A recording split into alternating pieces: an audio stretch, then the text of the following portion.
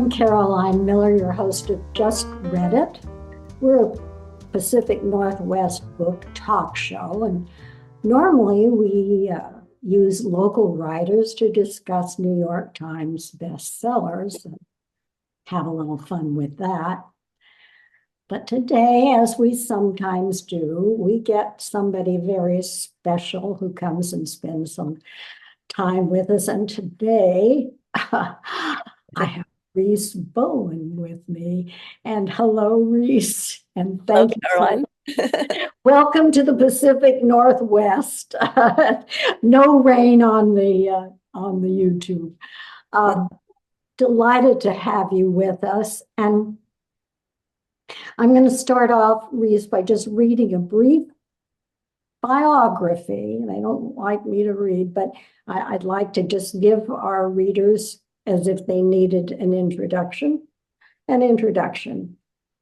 Rhys is a New York Times author of 2 historical mystery series, the Molly Murphy books, which are set in New York in the 1900s, and your Royal Spinus books about a minor royal who plays detective. Rhys, as you know, has won scads of prizes, 13, I think, somewhere, which include the Agatha and the Anthony, not too shabby. She's born in England, but now she has joined us in the United States. Rhys, have I missed anything? Have you away to join an African zoo farm or something? No, I think you got it all. You didn't mention that apart from the 2 mystery series, I have several big standalone novels, and my work has been translated now into 30 languages. So lots of people know about me. I barely know my own language, so congratulations. Yes, we are thrilled to have you in our midst today out here in rainy Oregon. Well, Rhys, I did a lot of research on you because everybody knows so much about you already. You know, it's kind of hard to come up with, but I came up with something that I did not know. And by the way, I started with your Royal Spinus, and oh my, they are a delight. But you wrote children's books and young adult books in your career. When did that start, and how did it transition to the mysteries? Well, my career has had an interesting path because my first published work was, in fact, I worked for the BBC right after college. I went into the BBC in London. I was in the drama department. I was working on plays, and I would think, oh, if I'd written that play, I wouldn't have ended it that way. So I wrote a play, and I walked down the hall with the bravado of a 22-year-old to the head of drama and said, I've written this play. And a few days later, he called me in and he said, we really like this, we're going to do it. So I've been pretty much a published author ever since then. Wow. So I got lured down to work in Australia for Australian broadcasting, met my husband, and he was on his way to California, which is why I wound up here eventually. And then there was nothing like the BBC for me to do. So I started writing children's books. And I've had, I think every writer in their career needs little tiny bits of good luck along the way. You can be a really good writer, but if you're not at the right place in the right time, things don't happen. So my first picture book that I wrote, they paired me with a very famous illustrator. So it got an awful lot of attention when it came out. Had a whole page to itself in the New York Times Book Review in those days, if you can believe that. And it was named a New York Times Best Book of the Year and several others. So that got me off to a really good start. And so I did several more picture books. And then I got an agent, and she said to me, could you write me a teenage novel in a hurry? And I said, I don't know. And she said, well, I need 3 chapters by next Tuesday. So I went to the bookstore and I brought back the only teenage novels I could find. And I had them in front of me, and my husband passed behind me and he looked over my shoulder and he said, you don't write that sort of thing. So a little voice said, huh. So I did do the 3 chapters. I was given the go ahead. And it turned out to be one of the books that Bantam was going to use in those days to launch a series called Sweet Dreams. And that was the first really popular teenage series. It was just, we sold amazing numbers, and so I started writing more teenage novels, and sort of I couldn't write them fast enough. My agent would say, well, when you've written that one for Bantam, I promise so and so that you do one, and then two. So literally, it was like being on a teenage treadmill for a while. I mean, it was very nice because we had 4 kids to put through college, so that was came at a very good time. But then it got to a stage when I was really, I'd said everything I wanted to say about teenagers, how getting a best friend and losing a best friend, getting a boyfriend and going to the prom and not going to the prom. I'd done all those things. And I'd always been a big mystery fan. And I suddenly thought to myself, why am I not writing what I read? And I think until then, I'd started off with the ladies of the golden age, and Agatha Christie, Naomi Marsh, Dorothy Sayers, and they were all very great comfort reads, but they never touched you. I don't think anybody ever wept for the body in the library. They were clever puzzles, and I loved trying to outwit the puzzle, say, oh, I know who did it now. But they'd never really sort of touched me in any way. And it wasn't until I started reading Tony Hillerman that here was someone who not only had a really good mystery, but he took me somewhere. He showed me inside the mind of a very different person. And his visual descriptions were so vivid that the first time we went to the Southwest, I was the tour guide. I sat next to John saying, well, that ship rock, and you see that ledge, that's where the body fell down from. And that field over there, that's where they let the cattle out. I knew my way around because of Tony Hillerman. And an aside on that was that many years later, I was doing a signing at one of these big conventions, and they put me next to Tony Hillerman at the table. Oh. And I'm often quite embarrassed when people come up to me and they're in true fangirl mode and they go, oh, I just love your books. Anyway, I'm sitting next to Tony Hillerman, and I kept going, I'm sitting next to Tony Hillerman.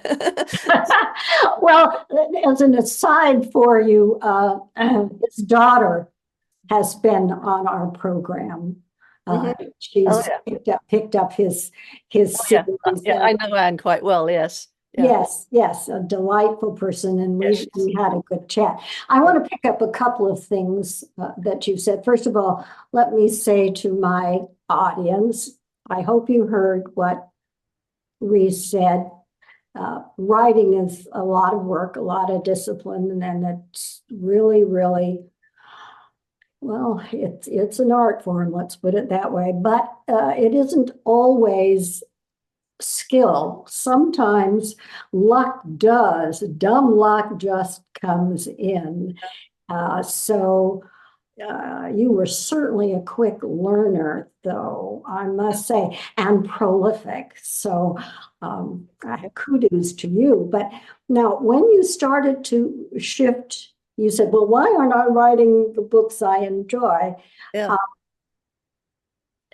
You chose, I have not read the Molly series. I have to admit, I've got things to look forward to. You chose a time period, 1900s, that required a lot of research. Yeah. Why did you choose that period? And I agree with you about the dueñas of mystery. I always feel they're an interesting puzzle, but I also want more of the character. So tell me, how did you transition from the teenage novel to the mystery without the guide of Agatha, because you wanted to do something a little different? And how much does the historical setting, like in the Molly, affect your work, and how much research do you do, and when do you know you're done with your research? Never. Yeah. That's what I Yeah. Actually, the first the first mysteries I wrote, the very first series was contemporary, and it was with a Welsh policeman, the Constable Evans series. So I'd done a few books in that series, and what I liked about Tony Hillerman was that he had this great sense of place. Mhm. Took you somewhere. Mhm. When you were there, you knew you were there. And that was what I wanted to do. And I was telling a friend once about my childhood. My mother's family is Welsh, and I was telling my friend about this childhood experiences in Wales and, really funny things and how quirky it was. And she said, "Oh, this is really interesting stuff. Did you ever put it in a book?" I thought, "Oh, I Mhm. do know this place. I know how the people know." My great aunt was Welsh speaking. She'd speak to me in Welsh all the time. And the people really did have the nicknames. There was Evans the meat, who was the butcher, and Evans the milk, who was the dairy man. And they had these lovely, funny nicknames, which were fun to write about. So I started writing about Wales. And I picked a police constable who lives in Snowdonia. And I'd done a few books, and I enjoyed them, but he was beginning to annoy me a bit because he was too polite. When his superiors were rude to him, instead of saying something, he just sort of went away, sort of quietly, sort of looking down.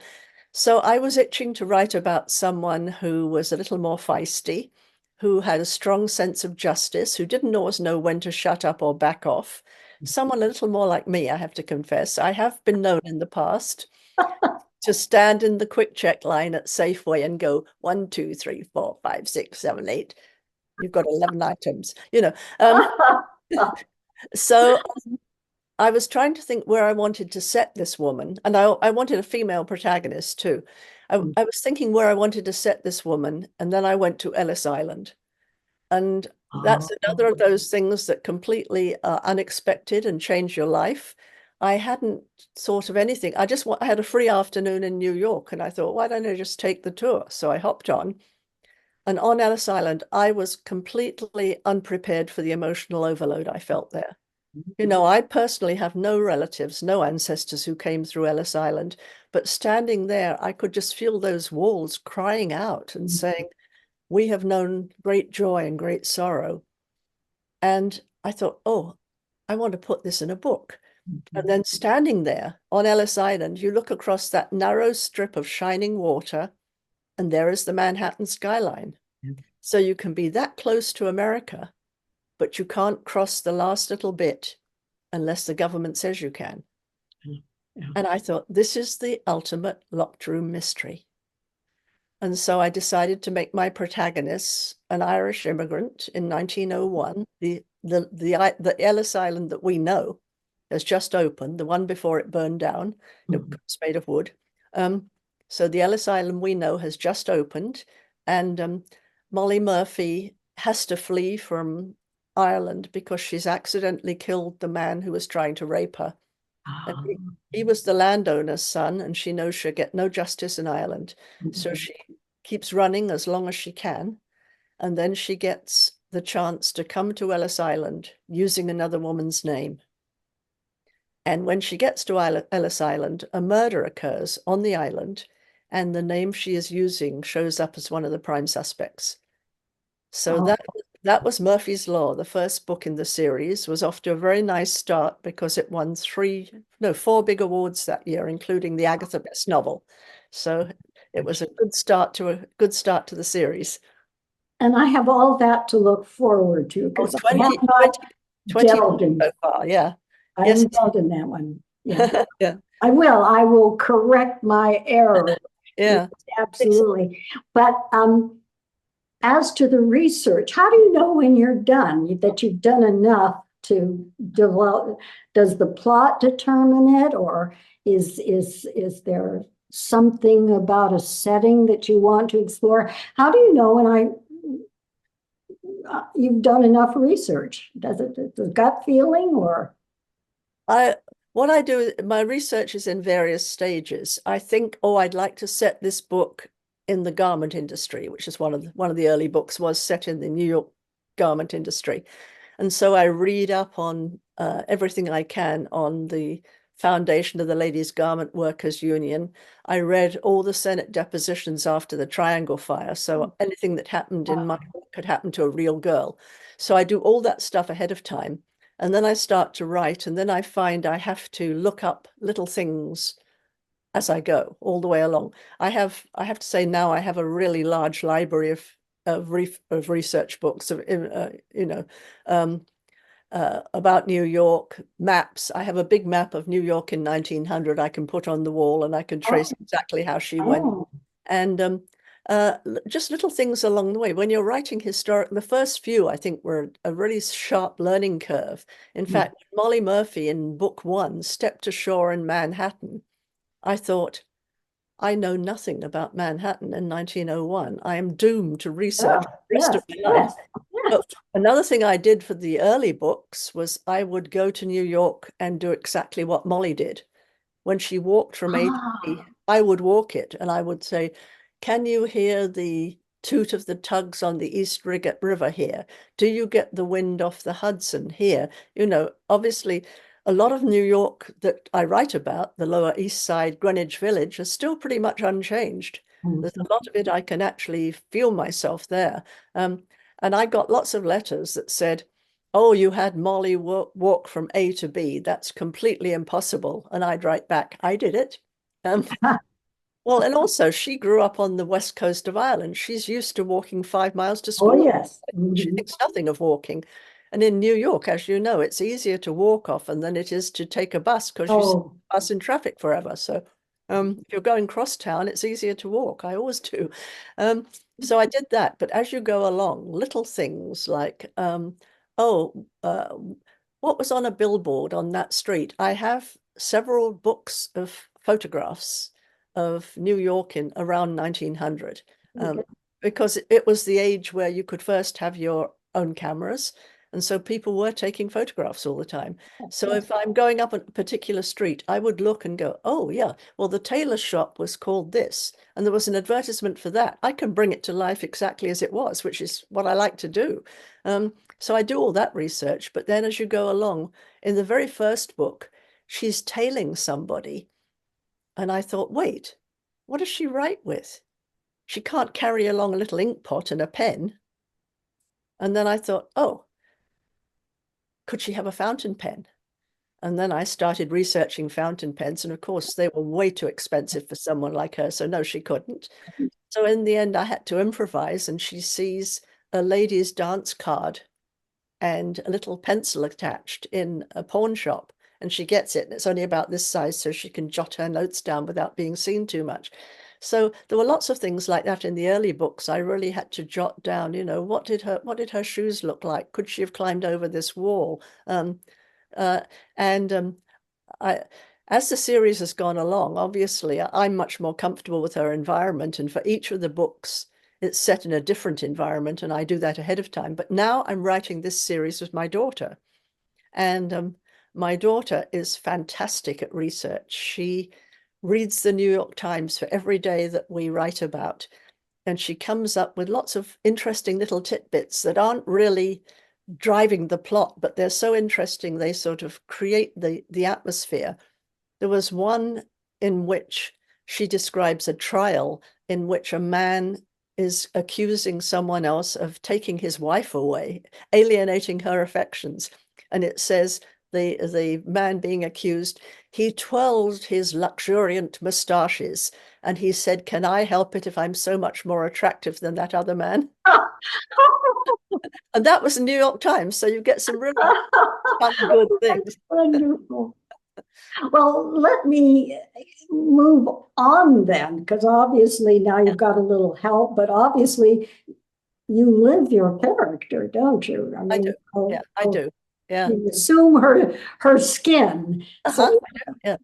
and I, on the Royal series, I understand that you have a little connection there yourself, a Yeah. little drop of royal blood, or so Well, you can personally research that.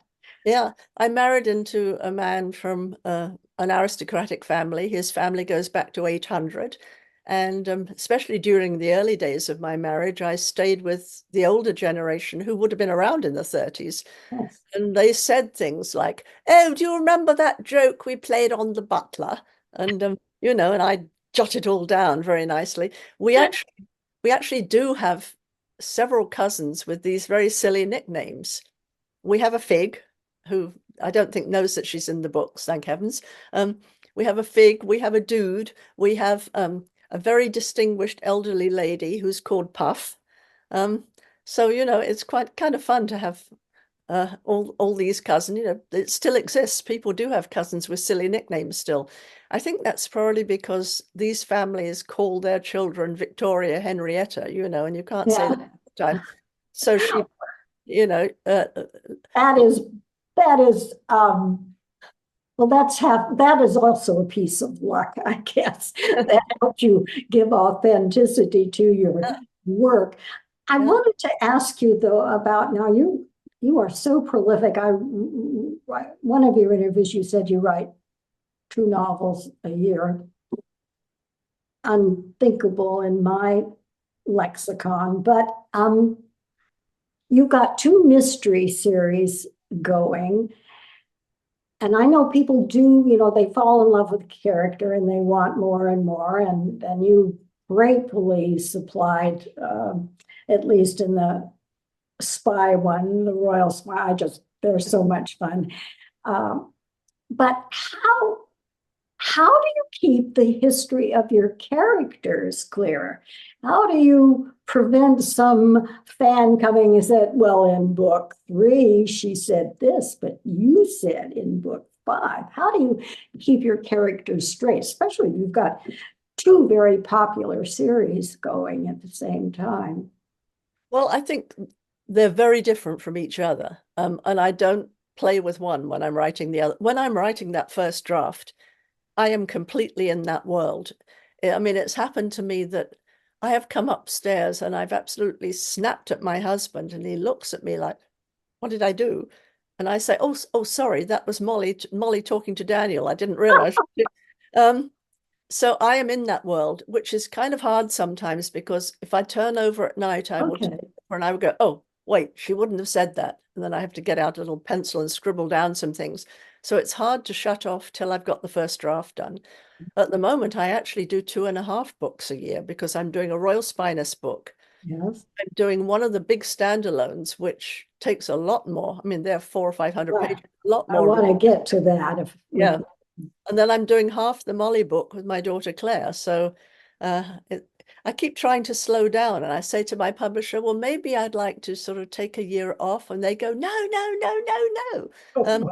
so, uh, Hopefully we'll talk about the industry too, but yeah. um, okay, so your characters, I mean, it's not Nancy Drew, so they have to evolve and get married and do all of Yeah. that stuff. Yeah.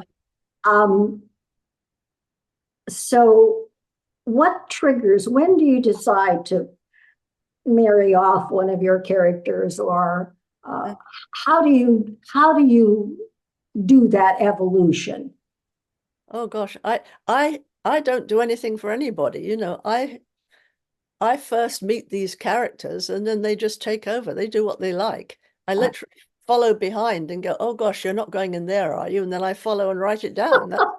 I have no control over them. I can tell you, I start a dialogue and they start saying something completely different from than what Mm. I'd expected. And I go, "No, no, we're not going there." In fact, one of the books, one of the Constable Evans, um, I was I was writing this dialogue, and he's interviewing someone in the south of England because a French woman has had her restaurant burned down up in Wales, and he found out she used to have another restaurant in the south of England that also burned down.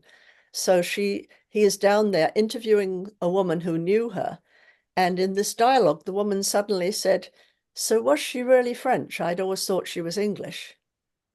And I stared at the screen and I said, "Don't say that." And I shouted at the computer for 10 minutes because I was all ready to go to France. So as I said, I know what you're talking about. Yes. I have no control over them. And so when they get married, I didn't say like after 8 books, you're going to do this. And when Georgie met Darcy, I mean, I sort of hoped there would be a romance there, but I knew I wanted him to be a bad boy, and I didn't know if he'd be suitable or not, and we had to just see how it evolved. Oh, it evolved. I can guarantee you. Now, do, does your readership in any way guide how these characters evolve? Do they say, "Well, I think it's time for her to have twins" or something like that? Does that have any impact on your plot development? Oh, they write to me all the time and say, before then, when are they going to get married, and when they're going to have a baby? But it's not up to me. It's up to them.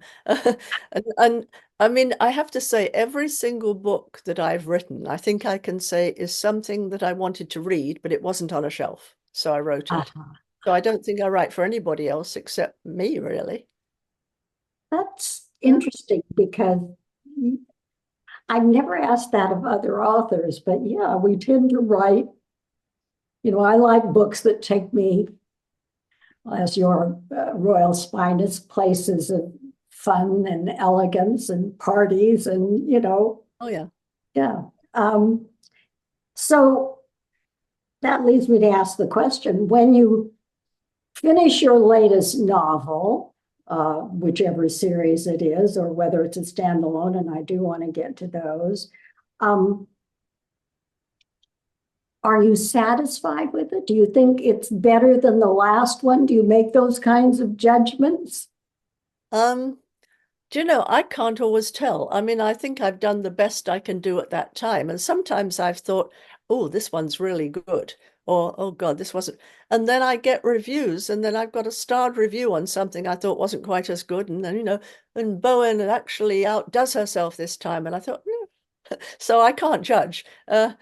I know each time that I've polished it to the best of my ability. And sometimes I'm more hopeful for a book than it turns out to be. And I Mhm. can't really tell on that either. Like last year's big book, The Paris Assignment, I thought, well, still think it's a really good story, etc. Mhm. But it came out at the same time as so many other Paris books, the Paris this, the Paris that, the Paris the other. It just didn't get the attention that some of the other big books got. So it was a bit disappointing because, say, I thought it was a good book. So you can't always tell. Sometimes you're at the mercy of what other books are coming out at the same time, or else of just, what's happening in the world.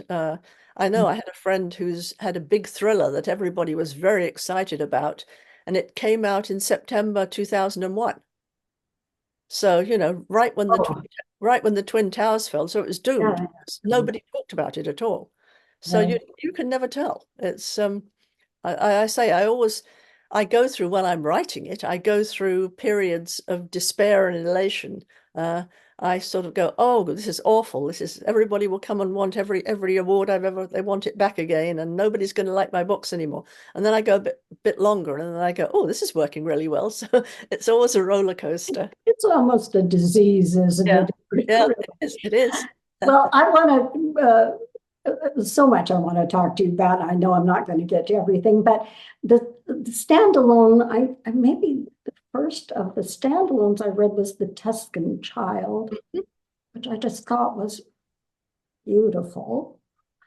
Um, Tell me a little bit about the standalone. You seem to be doing a few of those. Yeah. Do you Well, like those better than the series, or one same as the other? it's different emotions for each of them. Obviously, most of the standalones have been uh, much darker, set in, Yes. much more harrowing to write. People in them have bad things happen to them, and so I know that's happening. So it's a lot more intense to write them. Uh, I love writing about World War II because, Mhm. and at the very beginning, after the war, all the books that came out were about men. Look at me, I flew in this squadron. Look at me, I had this PT boat. And nobody ever said women did heroic things too. Mhm. So I think several of us have come out now and shown that women were incredibly brave, that they did things that really stretched them beyond their imaginations, and they took awful risks. You've read The Tuscan Child.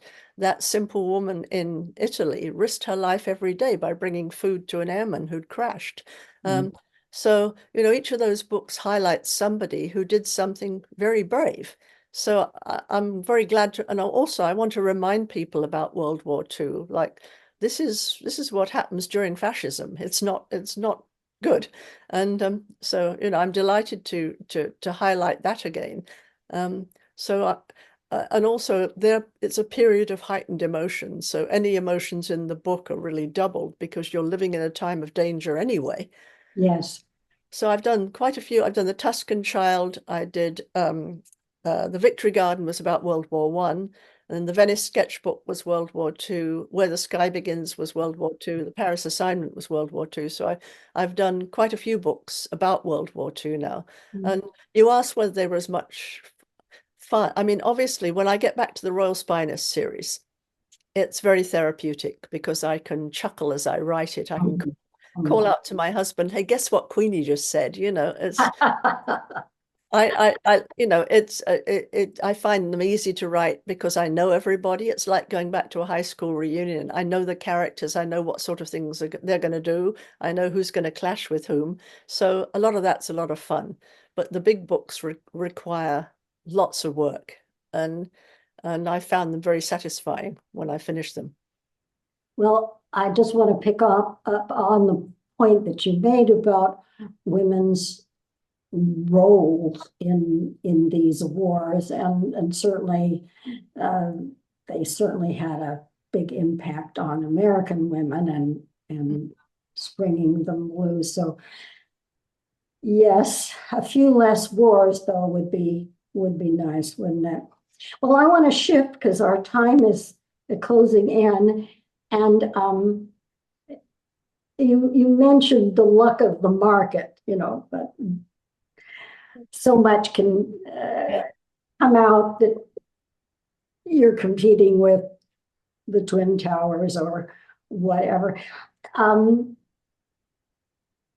it it's an industry that's highly competitive. I wonder. I've noticed nowadays, that you don't only write the book, you have to promote the book, and ideally you have to bring the fans, and Yeah. I'm saying to myself, well, then what on earth does one need an agent for? But uh, I wanted to know if there is anything in the writing industry that if you had the magic wand, you would change. Uh, Anything I would change? Um, I would make it more equable, I think, because uh, the difference in what people are paid for their books is ridiculous. That some people like me make an awful lot of money, and Mhm. then some people are paid 5,000 for a book, and the quality of those books probably isn't that much different. Um, it just it depends what the publisher thinks is the market for this book in what they offer you. And it's quite a labor of love if you sit for a year and you write a book and then they give you an advance of $5,000. It's so it would be nice if you sort of evened it out a bit and paid people what they were worth.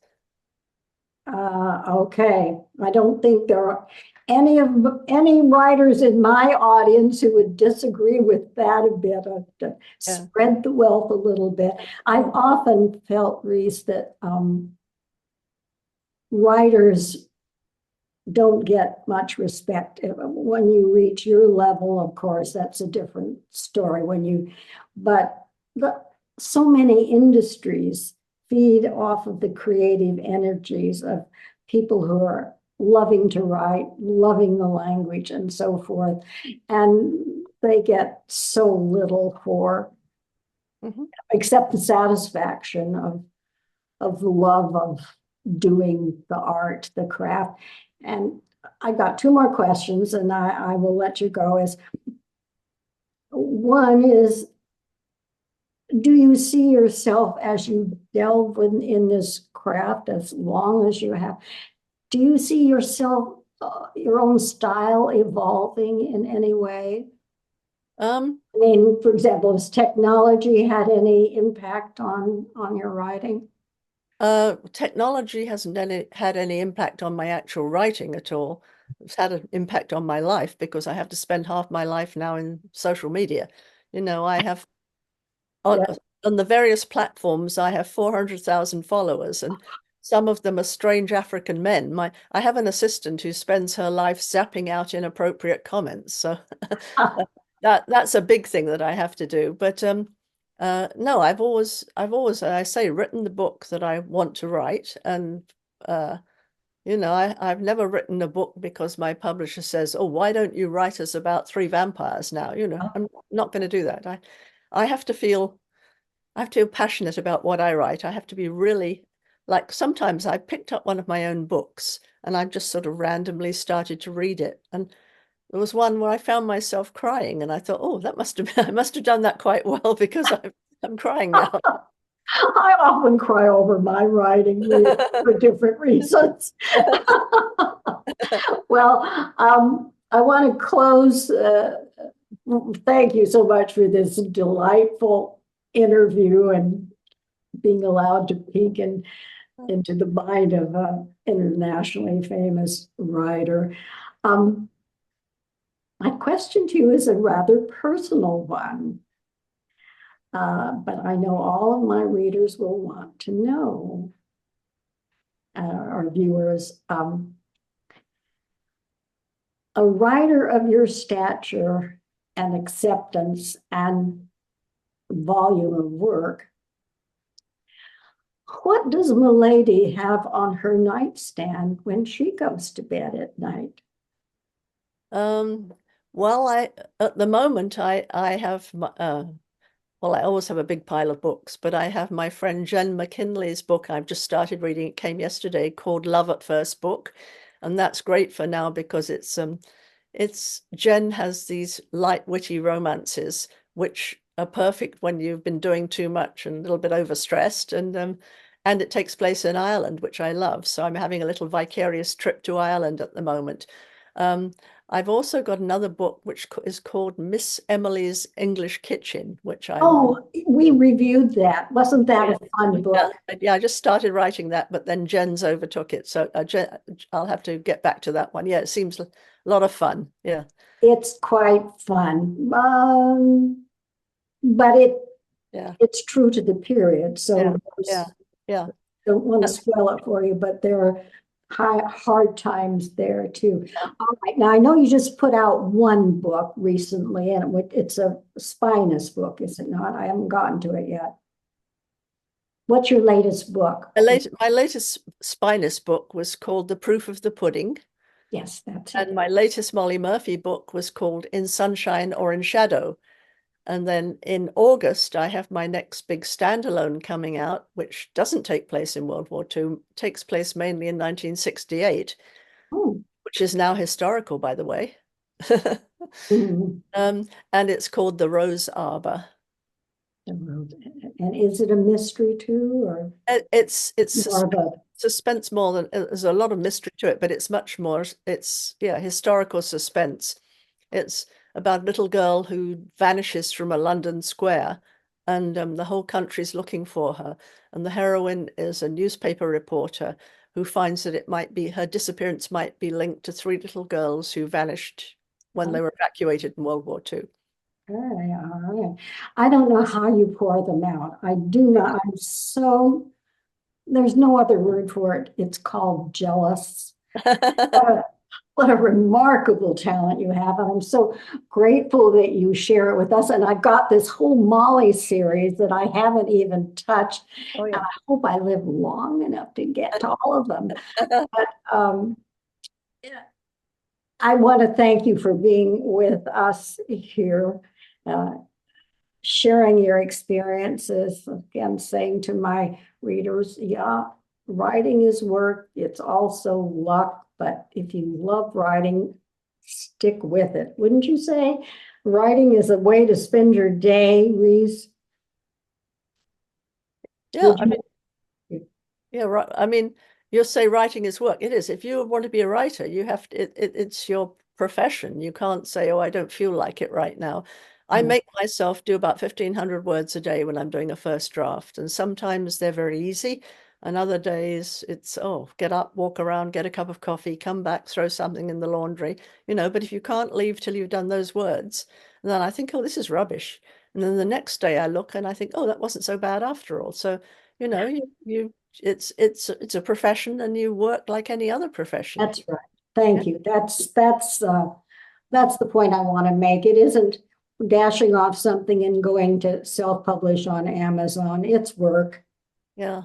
discipline, Yeah. and respect for the word Yeah. and craft. Okay. Well, I have no better person to make that point with than you, Rhys. And well, I'm going to head for the library or the bookstore rather Mm. and get those Molly books started. That sounds wonderful. Thank you so much, Rhys, for being with us here today. It's just been a treasure. Oh, well, And thank you. to, Thank you. to my audience, I want to say, consider uh, subscribing. We do these series about every 2 months, and we don't sell ads, we don't sell your name. And where else would you get the scoop on what's on Rhys's nightstand Mm. except in a series like this? Rhys, thank you so much for being with us. I truly, truly Oh, appreciate it. And to my readers, I want to thank you for joining me too and being with me as an audience for Rhys's wonderful stories on Just Read It. thank you.